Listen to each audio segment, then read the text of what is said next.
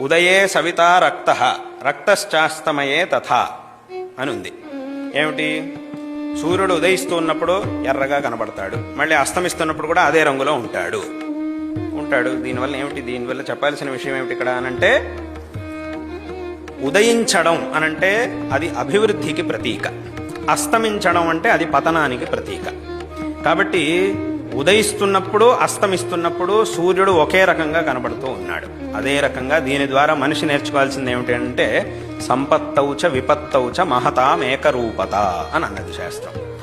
మనకి అభివృద్ధి, మనం కష్టాలు వచ్చినప్పుడు సుఖాలు వచ్చినప్పుడు రెండు సందర్భాల్లోనూ నిర్వికారంగా ఒకే రకంగా ఉండాలి అనేటటువంటి మాటని శాస్త్రం మనకు ఉపదేశిస్తూ ఉన్నది. అంటే ఈ ఉపదేశాన్ని సూర్యుడిలో పెట్టింది శాస్త్రం, ఆ సూర్యమండలంలో పెట్టింది. కాబట్టి సూర్యుడు ఉదయిస్తున్నాడు అథవా సూర్యుడు అస్తమిస్తున్నాడు అనగానే మనకేం గుర్తు రావాలి? ఇది గుర్తుకు రావాలి.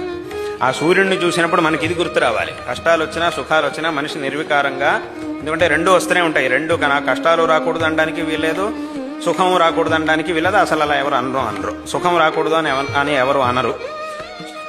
సుఖం అనేది వస్తూనే ఉంటుంది, కష్టాలు కూడా వస్తూనే ఉంటాయి. కానీ మనిషి నిర్వికారంగా ఉండాలి అనేటటువంటి తత్వాన్ని ఆ ఉపదేశం మనకి తెలియజేస్తూ ఉన్నది.